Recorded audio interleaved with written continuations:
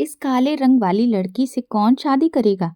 इसका तो रंग बहुत दबा हुआ है, इसीलिए जो रिश्ता आया है उससे शादी करके रफा दफा करो।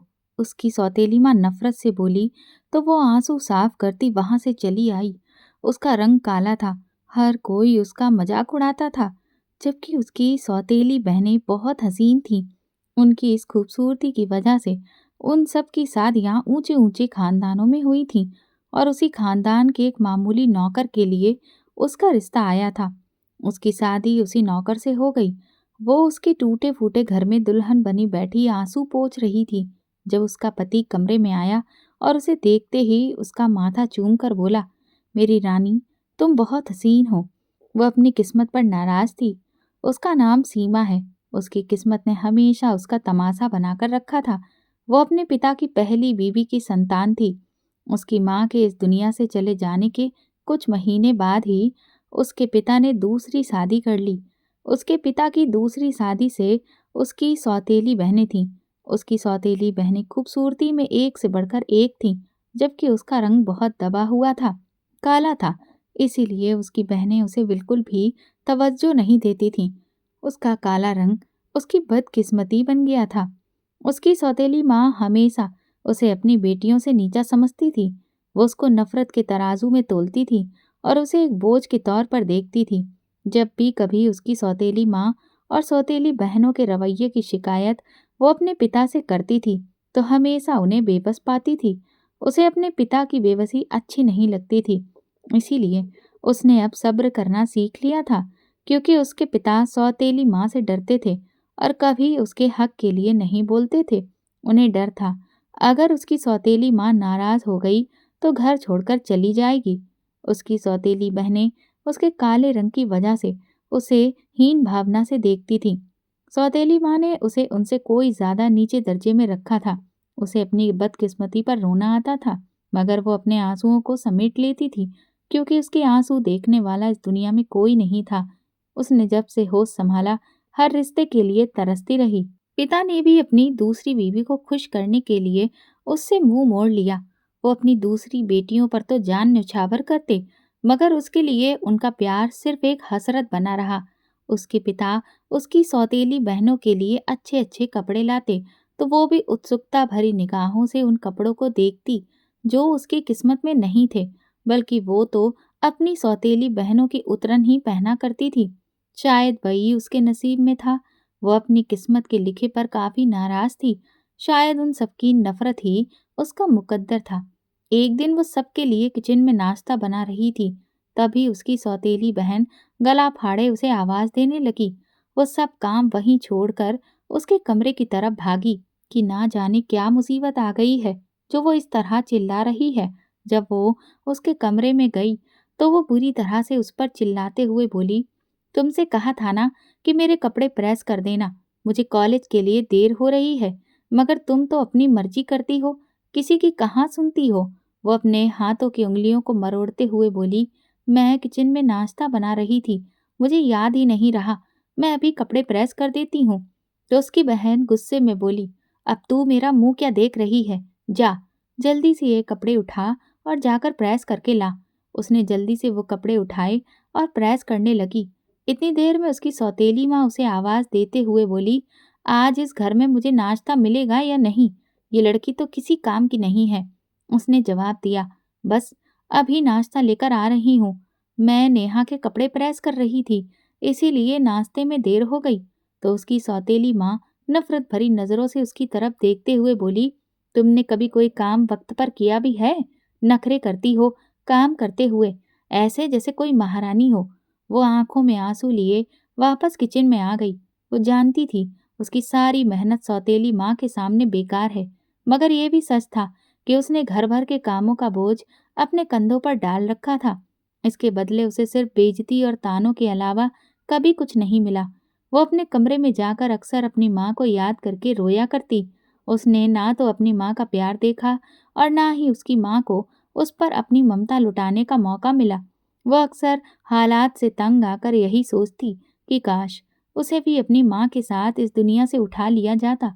इस बेरहम दुनिया में कोई भी उसका अपना नहीं था जिसके साथ वो अपना दर्द बांट सके। यहाँ तक कि उसकी सौतेली बहनें बचपन से ही उसके खिलाफ थीं। न जाने उन्हें उससे क्या शिकायत थी, हर बात पर उसकी बेइज्जती किया करती थी और उसकी सौतेली माँ उनकी हर बात का भरपूर साथ देती थी। उसकी सौतेली माँ अपनी बेटियों का इतना साथ देती कि उसके पिता भी उसे गुस्से की नज़रों से देखने लगते। वो अपनी सौतेली माँ और बहनों की नफरत भरी नज़रों का सामना तो कर सकती थी, मगर अपने पिता का ऐसा व्यवहार उसके दिल के टुकड़े टुकड़े कर देता। वो शिकायती नज़रों से अपने पिता को देखती जब वो अपना सारा प्यार अपनी सौतेली बेटियों पर लुटा देते और इसके हिस्से में कुछ भी नहीं आता। उसकी सौतेली माँ ताना कसते हुए कहती, तुम्हारे काले रंग की वजह से तुम्हारा बाप तुम्हें अपने आप से दूर रखता है। उस पे तब दुखों का पहाड़ टूटता जब उसके पिता उसकी सौतेली बहनों को अपने साथ किसी फंक्शन में ले जाते और वो तरसती आंखों से उन्हें देखती रह जाती। किसी को उसके अकेले होने की कोई परवाह ही नहीं थी। वक्त बहुत तेजी से गुजर रहा था। वो और उसकी सौतेली बहनें जवान हो चुकी थीं, पर उसकी सौतेली बहनें इस कदर हसीन थीं कि उनके गुलाबी रंग और सितारों की तरह चमकती आंखें उनकी खूबसूरती में चार चांद लगा रही थीं। आए दिन उनके लिए अमीर और अच्छे रिश्ते आते थे। उन्हें इस बात का बहुत घमंड था कि उनके हुस्न की वजह से उनके रिश्ते आते हैं और उसकी सौतेली माँ उनकी शादी के लिए बहुत उत्साहित रहती थी। उसकी सौतेली माँ ने उसकी माँ का सारा जेवर अपनी बेटियों को दे दिया था। उसके पिता ने भी उनकी शादी में कोई कसर नहीं छोड़ी, दुनिया की हर खुशी लाकर उनकी झोली में डाल दी। लेकिन जब उसकी शादी की बारी आई तो उसके लिए किसी ने मोहब्बत या इज्जत की बात तक नहीं की। यहाँ तक कि उसके पिता भी इस मामले में खामोश रहे। ना उन्होंने उसकी खुशियों की परवाह की और ना ही उसे विदा करते वक्त अपने पिता का प्यार नसीब हुआ। वो हमेशा गैरों की तरह उससे पेश आते थे, क्योंकि उसकी सौतेली माँ के आगे उनकी एक नहीं चलती थी। वो हर मामले में उसकी सौतेली माँ के आगे बेबस रहते थे। एक दिन उसकी सौतेली माँ ने सख्त लहजे में कहा, इस काले रंग वाली लड़की को जल्दी से रफा दफा करो। जो रिश्ता आ रहा है उसी से शादी कर दो। वैसे भी इसके लिए कोई अच्छा रिश्ता तो आने से रहा। इस तरह की इसकी शक्ल सूरत है, कोई भी अमीर या अच्छे खानदान का रिश्ता तो इसके लिए आएगा ही नहीं।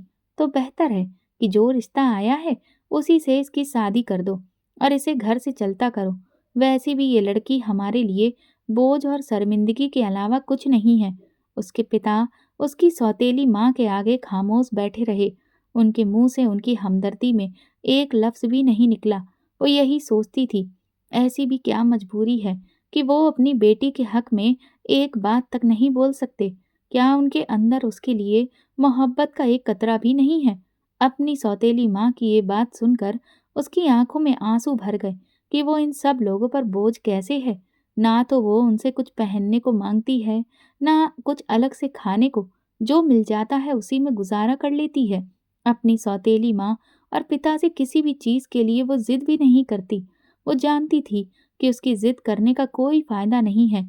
जिस तरह उसकी सौतेली बहनों की शादी बहुत ऊंचे घरों में हुई थी, वो भी अपनी शादी ऐसे ही घर में होने का ख्वाब देखा करती थी।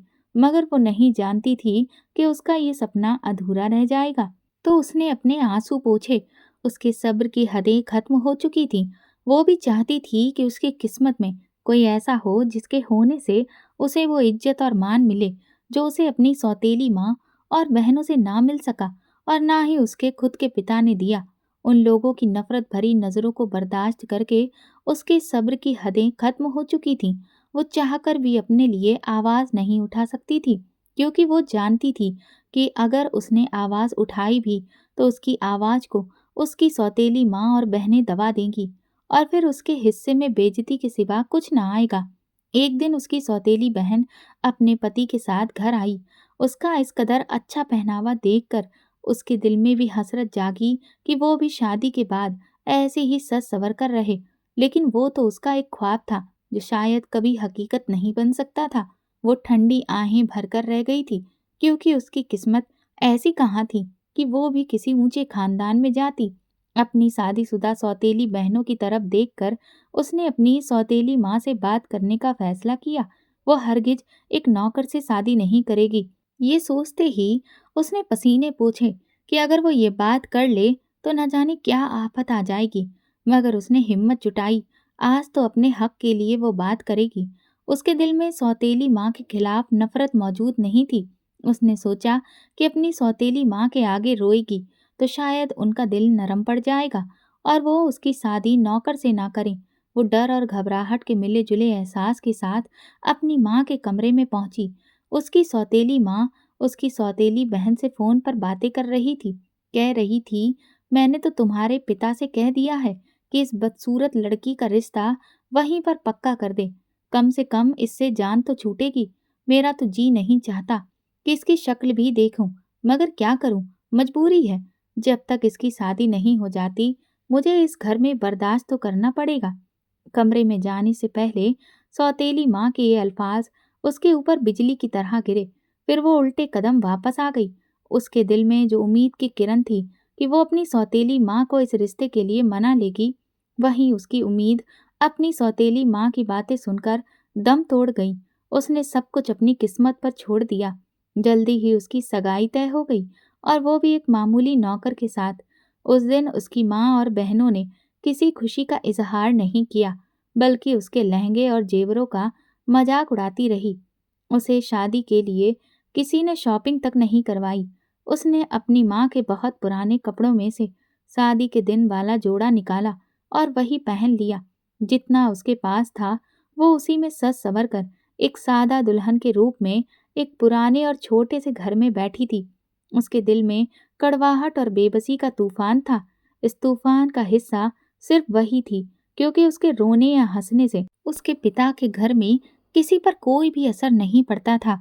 उसकी विदाई वाले दिन उसे अपनी माँ की कमी बहुत ज्यादा महसूस हुई। वो दिन जो एक दुल्हन के लिए बहुत खास होता है, वो दिन उसके लिए आम दिनों से भी ज्यादा तकलीफ दे था, क्योंकि उसकी खुशी में ना उसकी सौतेली माँ खुश थी, ना उसकी बहनें। और जिसकी खुशी उसके लिए सबसे ज्यादा अजीज थी, वो उसके पिता थे। उन्होंने उसे ये तक एहसास नहीं दिलाया कि उनका साया उसके सर पर मौजूद है। वो अपने दिल में हजारों हसरतों का गला घोटते हुए उन बेरहम लोगों के चुंगल से निकलकर एक आम से घर में आ गई। उस दिन उसका दिल खून के आंसू रोया। शादी की रात उसके पति कमरे में आए।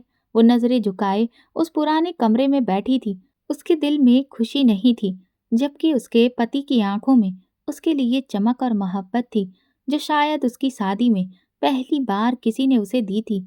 इससे पहले तो उसने दूसरों की आंखों में अपने लिए सिर्फ नफरत देखी थी। उन्होंने उसका माथा चूमते हुए कहा, मेरी रानी साहिबा, तुम दुनिया की सबसे खूबसूरत औरत हो। उनके ये शब्द उसके दिल पर लगे घाव पर मरहम की तरह थे। लेकिन अभी अपनी किस्मत से खुश नहीं थी। उसे लगा कि ये शब्द उसके लिए नहीं, बल्कि किसी खूबसूरत गोरी रंगत वाली लड़की के लिए होने चाहिए, जबकि वो तो मामूली शक्ल सूरत और काले रंग की थी। मगर अब शादी के बाद उसका पति ही उसका सब कुछ था, तो उसका यूं तारीफ करना उसे बहुत अच्छा लगा। उनके वो शब्द उसके कानों में मिठास छोड़ गए।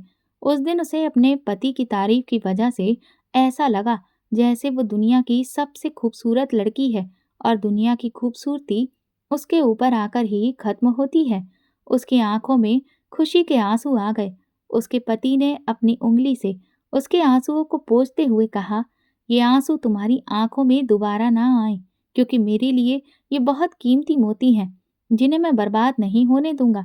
मैं तुम्हें यकीन दिलाता हूँ कि मैं तुम्हारी जिंदगी में मौजूद तमाम दुखों का मरहम बनूंगा। तुम्हारी आने वाली जिंदगी को खुशियों से भर दूंगा। उसके पति की बातों से उसे बहुत हौसला मिला। उसे लग रहा था शायद उसकी आने वाली जिंदगी खुशियों भरी होगी। उसे भी खुशियां नसीब होंगी, जिनके लिए वो आज तक तरसती रही। उसके पति के साथ उसकी एक नई जिंदगी शुरू हो चुकी थी, जिसमें वो अपने पति के साथ किसी हद तक खुश थी, मगर दिल में एक टीस थी। अपने पति के घर में कदम रखते ही उसने उस छोटे से टूटे फूटे मकान को देखा।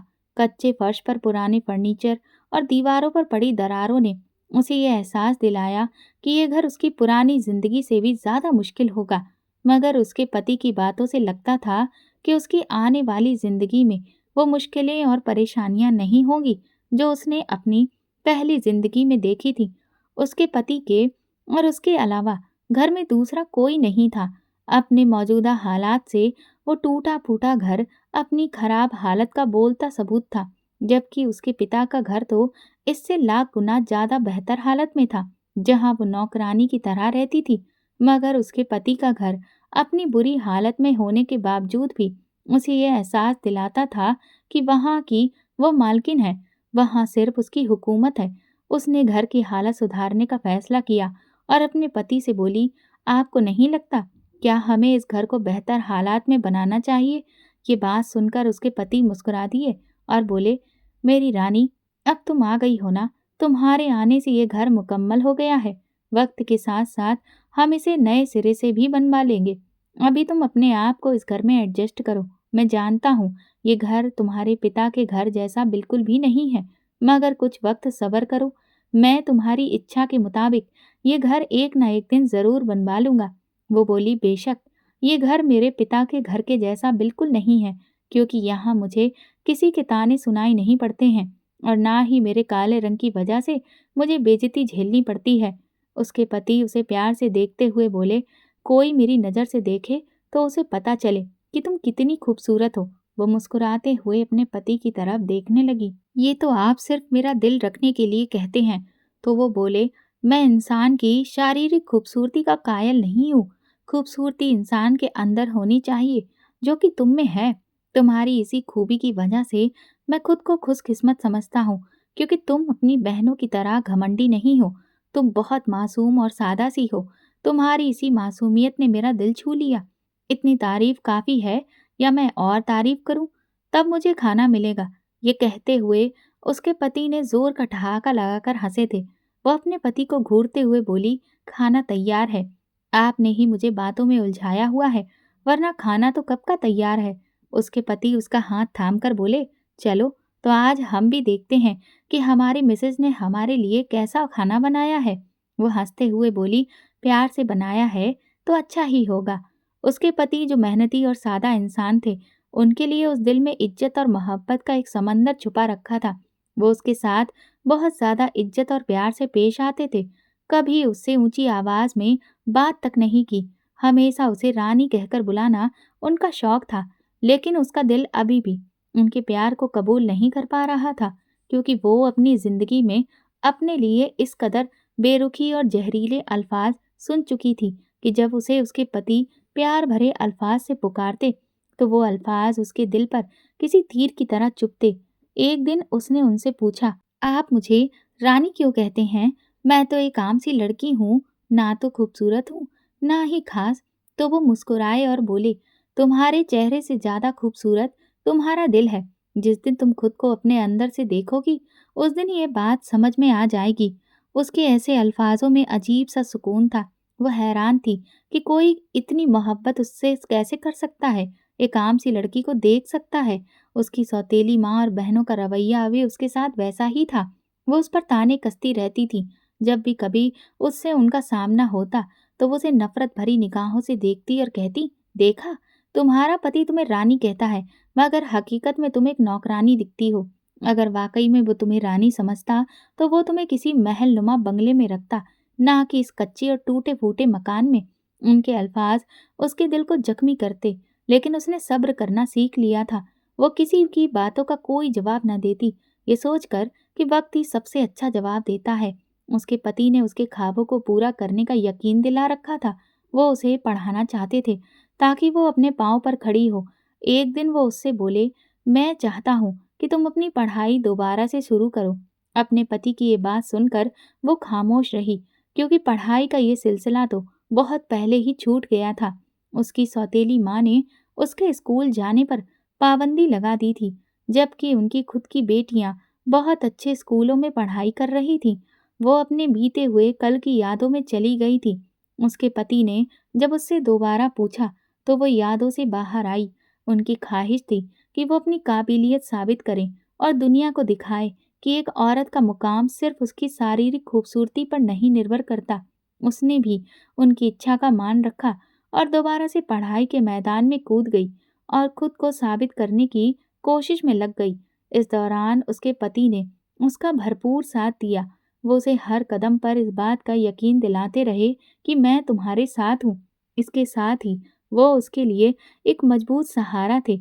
एक दिन वो उसके लिए छोटा सा तोहफा लाए, वो एक किताब थी जिसका नाम था खुद को पहचानो। उन्होंने कहा, ये किताब तुम्हारे अंदर की खूबसूरती को तलाश करने में तुम्हारी मदद करेगी, और ये जो तुम दूसरों की बातों की वजह से अपने अंदर एक तूफान बसाए हुए हो, ये पढ़ने से तुम्हारे अंदर का वो तूफान थम जाएगा। उसने उस किताब को पढ़ना शुरू किया। उसका हर लफ्ज उसके दिल की गहराइयों में उतरता गया। उस किताब को पढ़ने से उसे महसूस हुआ कि उसकी जिंदगी का मकसद सिर्फ दूसरों को खुश करना नहीं है, बल्कि खुद को पहचानना और खुद को संवारना है। उस दिन उसने अपनी जिंदगी में नई उम्मीदों को जगह देना शुरू कर दिया था और मनुष्यत को अपनी जिंदगी से निकाल फेंका।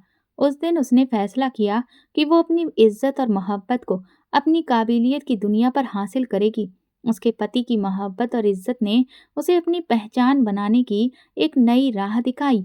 उसके पति ने उसके अंदर छुपी औरत को जगाने में उसका भरपूर साथ दिया। उन्होंने उसके अंदर ये हौसला पैदा किया कि एक मजबूत औरत अपने पैरों पर खड़ी हो सकती है। उसकी जिंदगी में एक अजीब सी तब्दीली आ गई थी।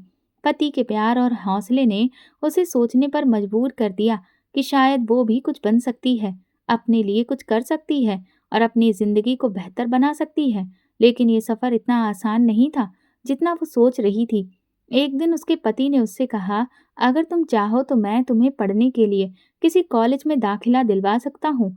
वह हैरत से अपने पति की तरफ देखने लगी तो वो उसके हाथ पकड़कर उसे दिलासा देते हुए बोले, तुम्हारी पढ़ाई तुम्हें वो मुकाम देगी जिसकी तुम हकदार हो। ये बात उसके लिए बहुत हैरान करने वाली थी। उसके जैसी लड़की के लिए कोई इतना सब कुछ कैसे कर सकता है। वो डर गई कि क्या वाकई में ये वो सब कर सकती है। लेकिन उसके पति के हौसले और मोहब्बत ने उसे हिम्मत दी। उन्होंने अपनी मामूली आमदनी के बावजूद भी उसे एक अच्छे स्कूल में दाखिला दिलवाया। उसके दिल में एक अजीब सी खुशी और डर पनप रहा था। लेकिन जैसे ही उसने पढ़ाई शुरू की तो उसे मालूम हुआ कि ये दुनिया कितनी खूबसूरत है। पढ़ाई इंसान के अंदर की खूबसूरती को उजागर कर देती है, ना कि शारीरिक खूबसूरती को। उसने ये उस दिन जाना। उसकी पढ़ाई के सफ़र को ना उसकी सौतेली माँ ने कबूल किया और ना ही उसकी बहनों ने।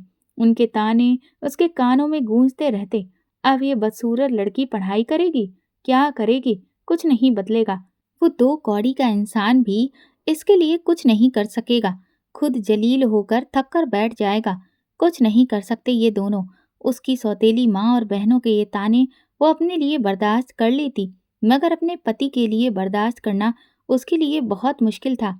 उनके ये अल्फाज उसे तोड़ने की कोशिश करते, लेकिन उसने उन्हें अपनी ताकत बना लिया और तय कर लिया कि एक दिन उन्हें वो कुछ न कुछ करके ज़रूर दिखाएगी।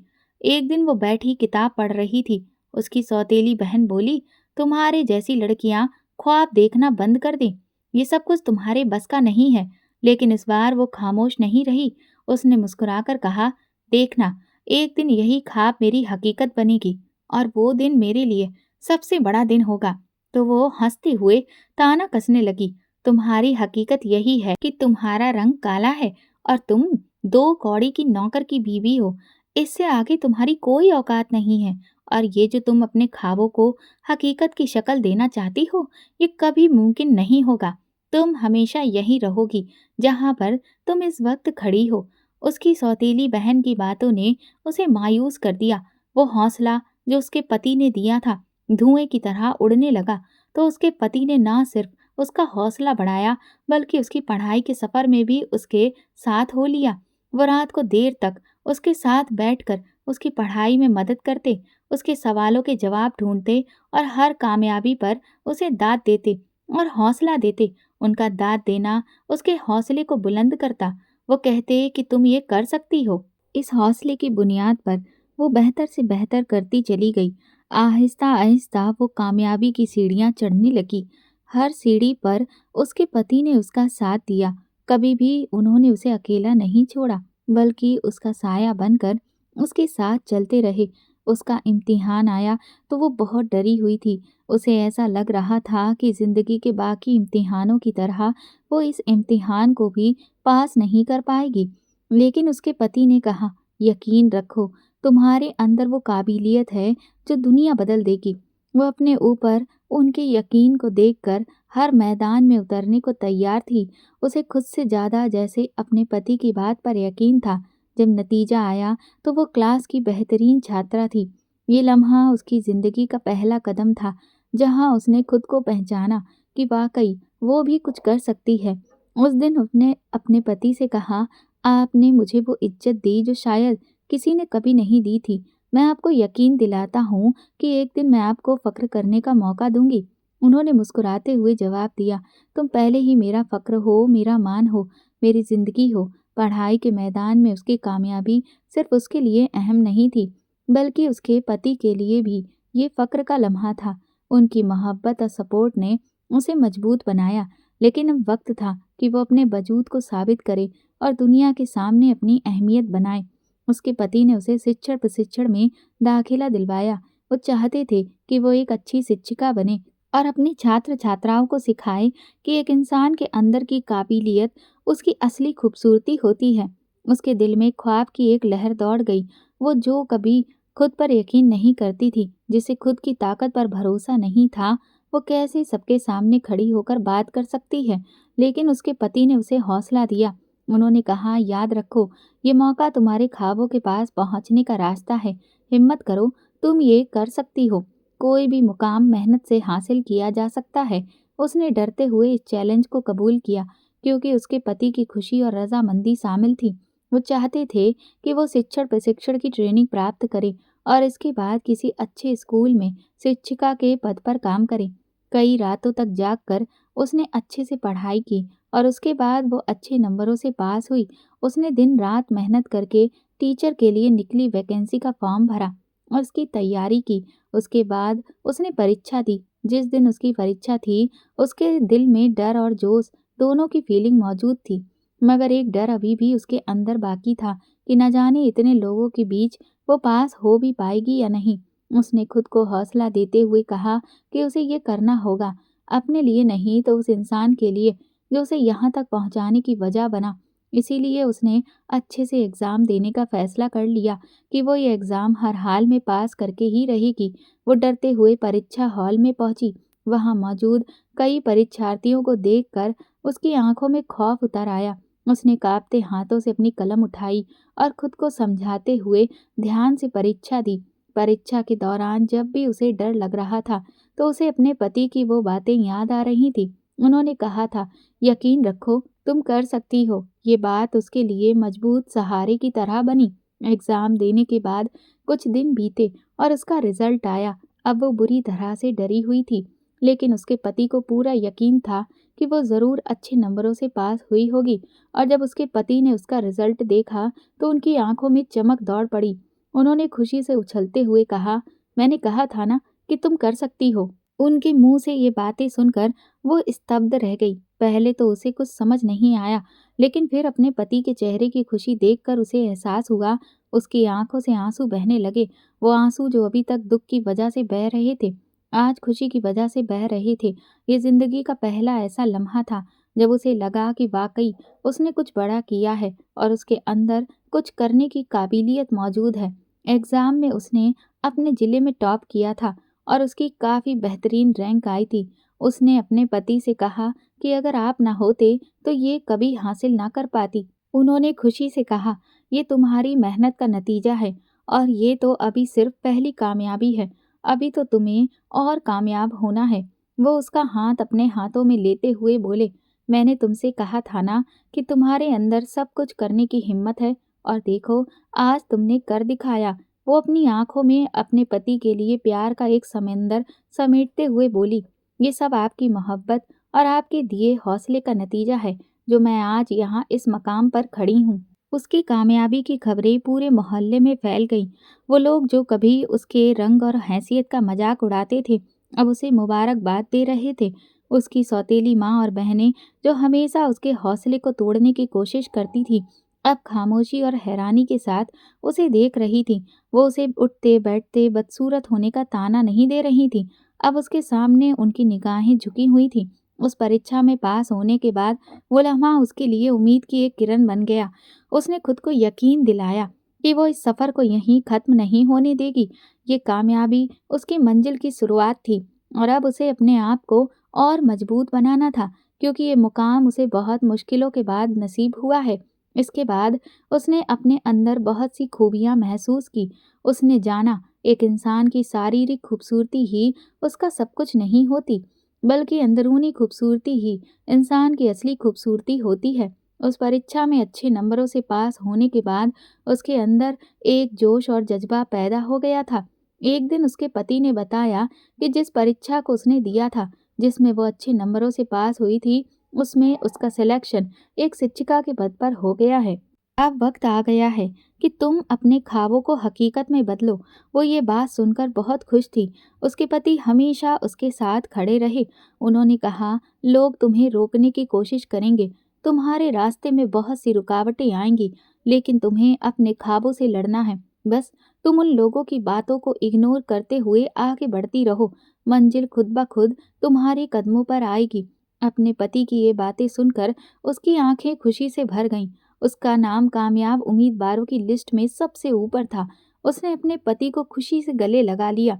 उसके पति ने कहा, ये तुम्हारी मेहनत का सिला है। मैं जानता हूँ कि तुम एक दिन मेरा नाम बहुत रोशन करोगी। उसकी इस कामयाबी ने उसके मोहल्ले और खानदान में एक नई बहस छेड़ दी थी। जो लोग पहले उसे नफरत की नज़र से देखते थे, अब उसकी तारीफ कर रहे थे। उसकी सौतेली माँ, जो हमेशा उसके खिलाफ रहती थी, अब खामोशी से उसे देख रही थी। उनकी बेटियों की शादियां ऊंचे खानदान में हुई थीं, लेकिन अब उनके चेहरे पर अफसोस साफ दिखाई देता था। उसे भी ये एहसास हुआ कि शिक्षा रंग और हैसियत की मोहताज नहीं होती। उसे लगा कि अगर इंसान मेहनत करे तो कोई भी चीज़ उसके लिए मुश्किल नहीं है। वो बहुत खुश थी, क्योंकि उसे अपने ख्वाब हकीकत में बदलते हुए दिखाई दे रहे थे। जब वो पहली बार बच्चों के सामने खड़ी हुई, तो इसका दिल खुशी से धड़क रहा था। एक ऐसी खुशी जो उसने पहले कभी महसूस नहीं की थी। लेकिन जैसे ही उसने बच्चों को पढ़ाना शुरू किया, उसे एहसास हुआ कि यही उसकी मंजिल है। उसने बच्चों को मेहनत से पढ़ाना शुरू किया। उसके स्कूल के प्रिंसिपल उसकी काफ़ी ज़्यादा तारीफ करते थे। वो सिर्फ बच्चों को पढ़ाती ही नहीं थी, बल्कि उनकी अंदरूनी खूबसूरती को निखारने का भी प्रयास करती थी।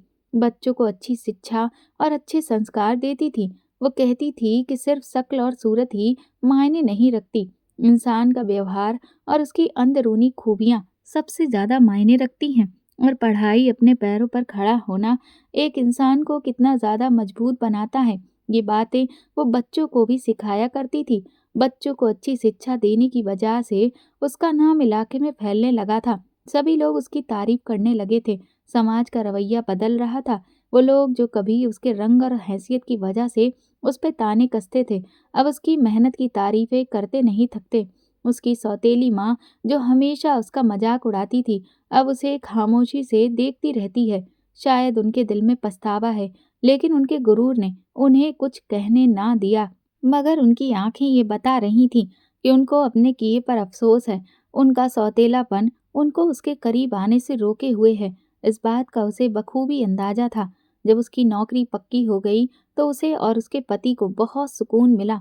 लेकिन साथ ही एक चैलेंज भी ये आया कि उसका ट्रांसफ़र एक बड़े शहर के स्कूल में कर दिया गया, जहाँ जाने का मतलब था कि उसे अपने गांव और अपने पति से दूर रहना पड़ेगा।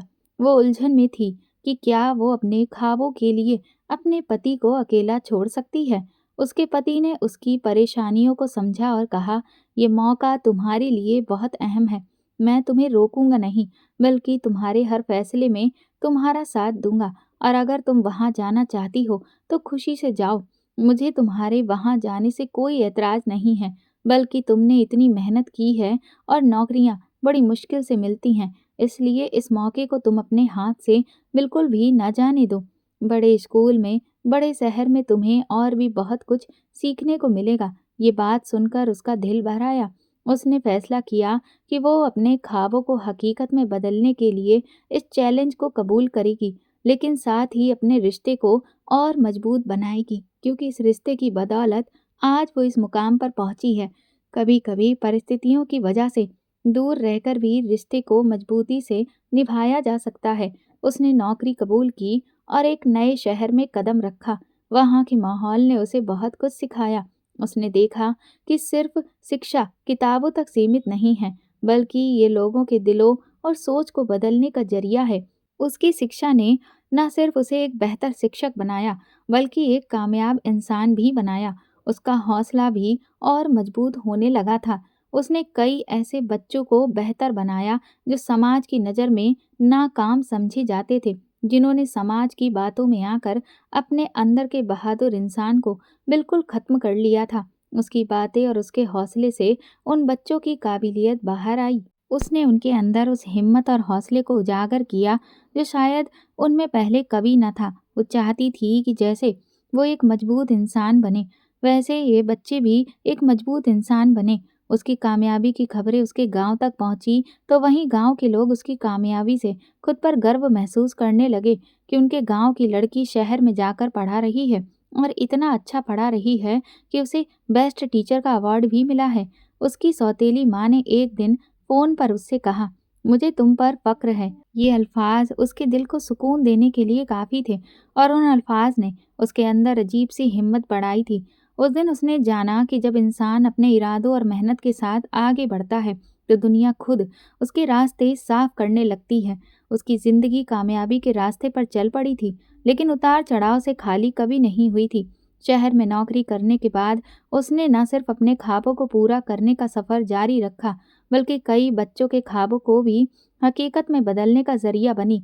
लेकिन इस सफ़र ने उसे ऐसी हकीकत से रूबरू करवाया, जिसका सामना करना उसके लिए आसान नहीं था। उसकी मेहनत, लगन और पढ़ाने के तरीके ने उसे इलाके में मशहूर कर दिया था। बच्चों के पिता उसके पास अपनी परेशानियों को लेकर आते और उससे मशवरा लेते, राय लेते और उन राय पर अमल करते, जिससे बच्चे सिर्फ पढ़ाई में ही अच्छे नंबरों से पास ना हो, बल्कि अपनी ज़िंदगी में भी वो कामयाब बने। स्कूल की जो प्रिंसिपल थी, उन्होंने एक फंक्शन में उसकी तारीफ करते हुए कहा, ये टीचर सिर्फ किताबें ही नहीं पढ़ाती, बल्कि ज़िंदगी का सबक भी देती हैं। ये तारीफ उसके लिए एक मोटिवेशन की तरह थी, जिससे वो अपने काम को और बेहतर तरीके से करने लगी। लेकिन जैसे-जैसे शोहरत बढ़ती गई, वो अपने पति के बगैर ज़िंदगी में खालीपन महसूस करने लगी।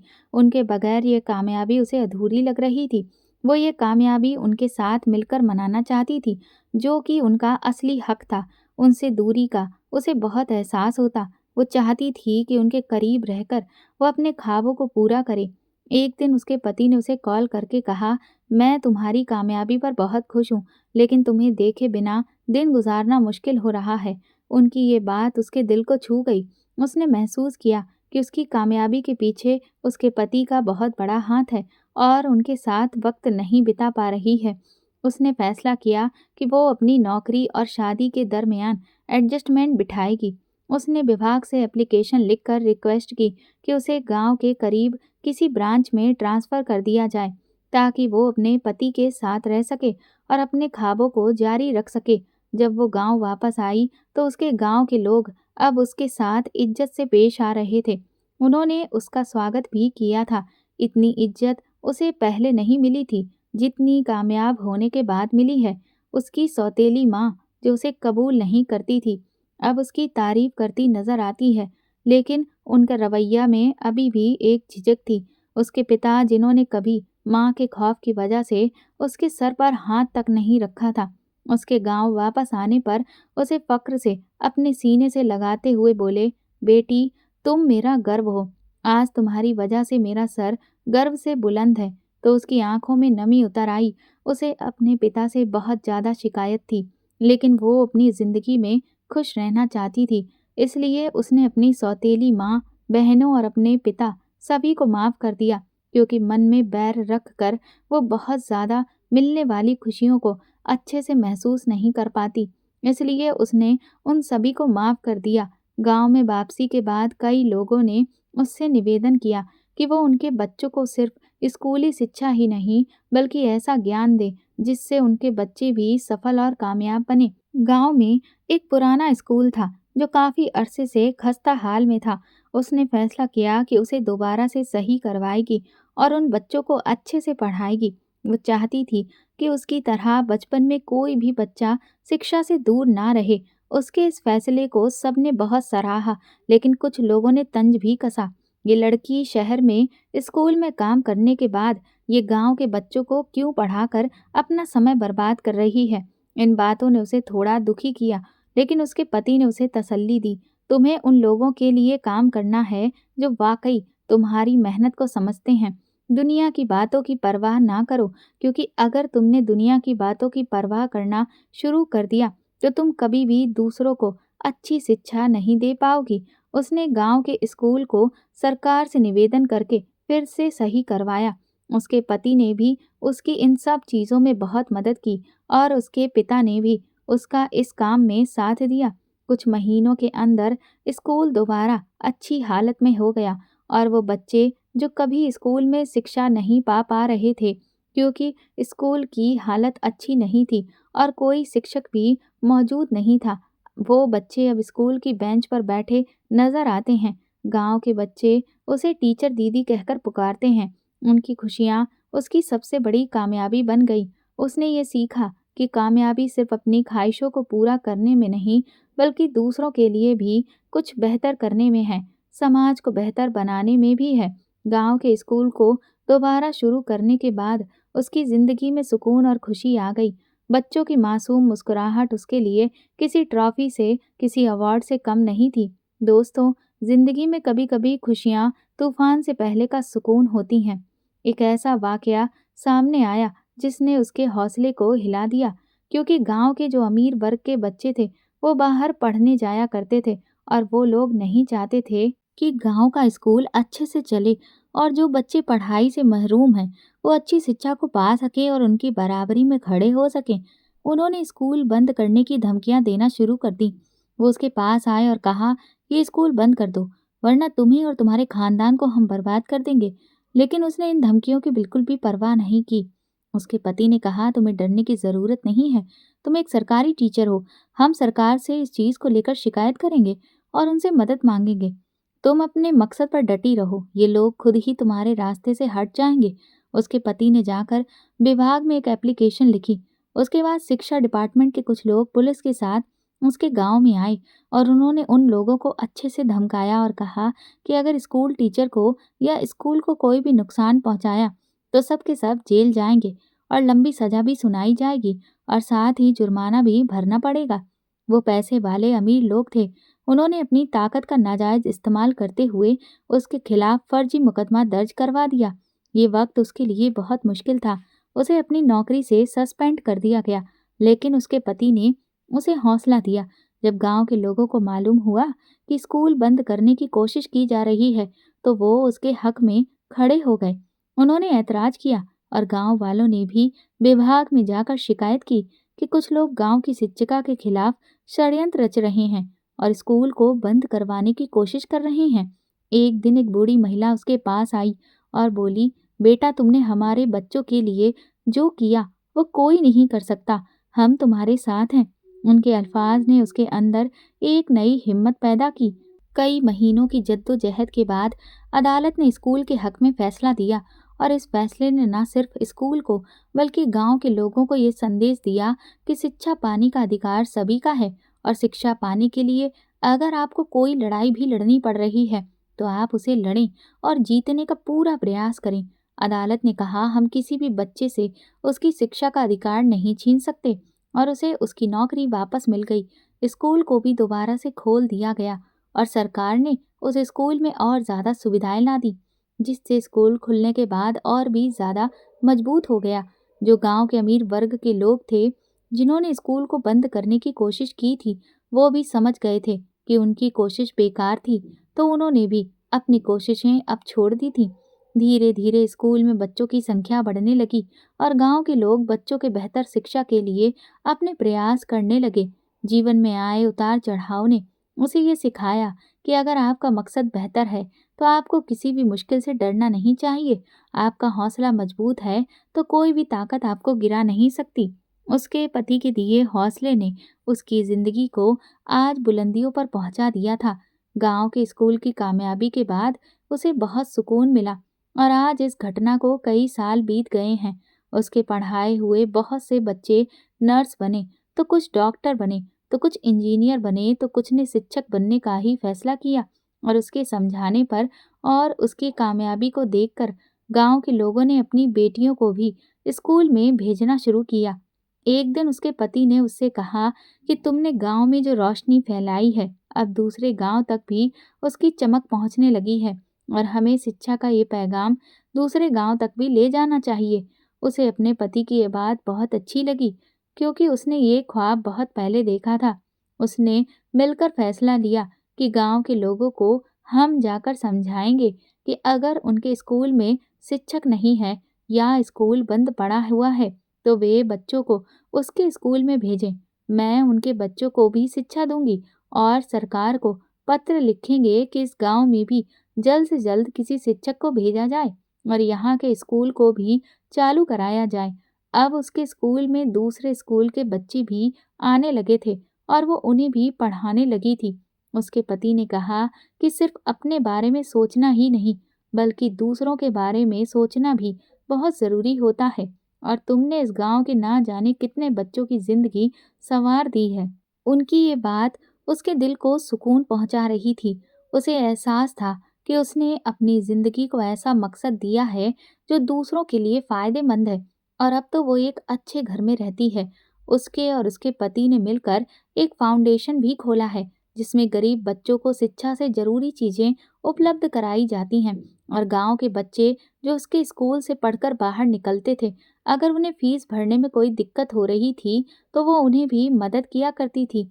आज उसके पति की वजह से उसकी जिंदगी बदल चुकी थी। दोस्तों, जीवन में अगर आपको एक बेहतर और सच्चा जीवन साथी मिल जाता है तो जिंदगी बहुत खूबसूरत हो जाती है।